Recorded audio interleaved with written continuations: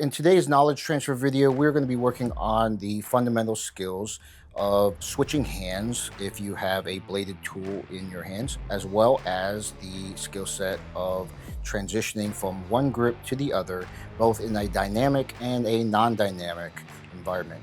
So those are our skills for today. Let's get into the video now. I'm going, yeah, my blood is rebel.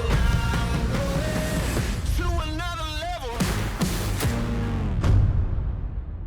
The majority of the skill sets that I try to provide on this channel in these knowledge transfer videos focus on personal protection and tools that you are going to carry to protect yourself or someone that you care about. They are not for normal uses of a knife. You're not going to be sitting at a dinner table and I'm going to be teaching you how to transition from a forward grip to a reverse grip after you cut steak. That's not exactly the purpose of these types of skills. The purpose is to implement them within scenarios where you'll protect yourself. The other thing that's highly important, which we cover here, and this is why I did this video, is you need to be very familiar with the tool that you are carrying for that important action of defending yourself or somebody else that you care about. Your ability to understand the feel and the weight and how to move that blade around in your hand without cutting yourself and being able to apply proper pressure and that type of thing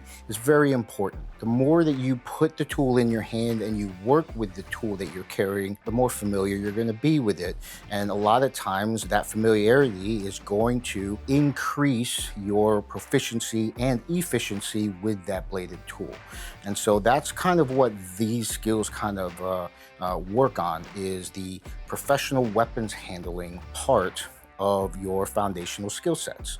And so these are the ways that I teach them in my knife classes. I know there are a number of different ways to teach switches and transitions, but this is how I do it. I would like to know your thoughts if you found a better way of doing it or how you like to do it. So let's get into the first part, which is going to be switches.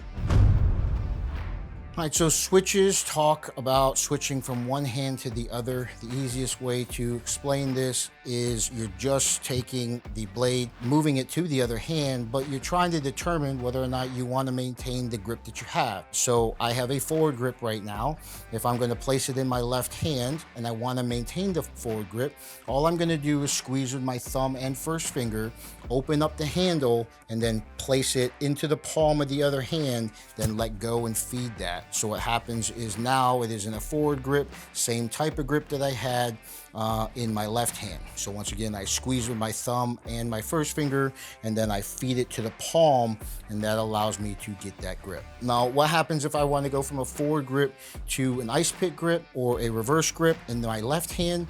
What happens is I take the blade and the cutting edge is going to then point directly out. What that's going to do is it's going to take the spine or the false edge and place it towards my other hand. I'm going to take the side of that hand and place it on the back side of that false area. Then I'm going to open my hand and feed it into the palm, and now it's going to be in a ice pick grip or reverse grip. If I want to go from an ice pick or reverse grip to a forward grip, I'm just going to turn my palm up. The cutting edge is now facing forward.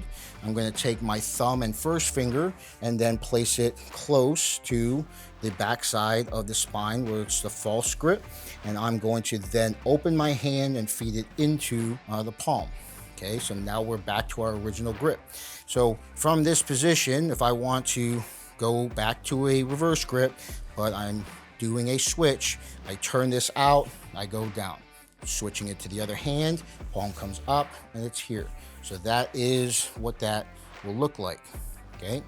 Now, from this position, I'm going to go from a hammer grip or a forward grip to a forward grip, okay? So we already did that. I'm going to go from a forward grip to a forward grip. So I squeeze my thumb and first finger, feed it to the palm, and I'm here. Now, from this position, I'm going to go to a reverse grip. So I take the cutting edge, turn it directly out. The palm of my hand or the edge goes on the spine. It opens up my hand and it feeds it to the palm. And now I have a reverse grip here. Palm turns up, webbing of the hand goes in, thumbs on top, and then it feeds into the palm. going to my right hand, but now we're going to keep the hammer grip or forward grip. I'm just going to squeeze with my thumb and first finger, open my palm up, and then we're here. So those are your switches. All right, the next thing we're going to be doing is we're going to go into our transitions. So we're going to transition from a forward grip to an ice pick grip. This is going to be broken down into a actual violence scenario and a scenario where there is no violence. So dynamic or not dynamic, combat or not combat. Let's talk about transitions now. What we're going to do now is we're going to talk about transitions. So if I have a right-handed forward grip, how do I get a right-handed reverse grip? In two different types of scenarios. The first scenario is going to be non-dynamic, meaning we're not in the middle of a fight. And then the second one is going to be, if I am in the middle of a fight, how do I ensure the greatest possibility of not losing the blade while I switch my grip? For whatever reason, I'm switching in the middle of that. There are scenarios that are going to be stressful where you are going to use the non-dynamic stuff, like if you have a folder and you have to switch how it pops out. So like if I pull this folder out of my hand, right now it's going to go into a forward grip.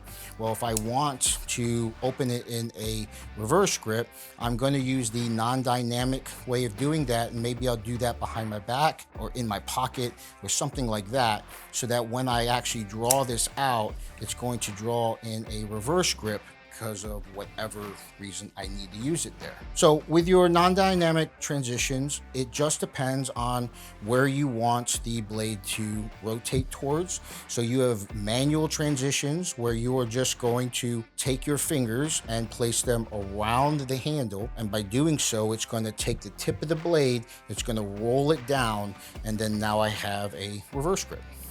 If I want to do it again and take the tip and roll it in this direction, I just do the exact same thing. I take the three fingers, place it in front, roll the blade up, and then adjust for where the handle is.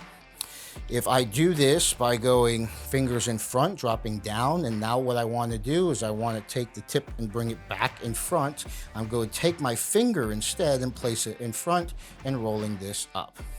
And so what happens is, depending on how you want the blade to rotate, will depend on if you want your fingers to go in front or if you want your index or pointer finger to be in front. Okay, you will always have to adjust to the grip to make sure that you get back to your original strong grip here off of your forward grip and your reverse grip. Now, you can also use gravity or movement to move the blade. So right here, if I want to drop this into a reverse grip, I would just squeeze with my thumb and first finger, drop down to the bottom of the handle, allow the knife to rotate in, and then I would rotate the cutting edge of the blade so it faces forward. If I want to bring it up, okay, using movement, not manually with my fingers, I would squeeze with my thumb and first finger, roll it up.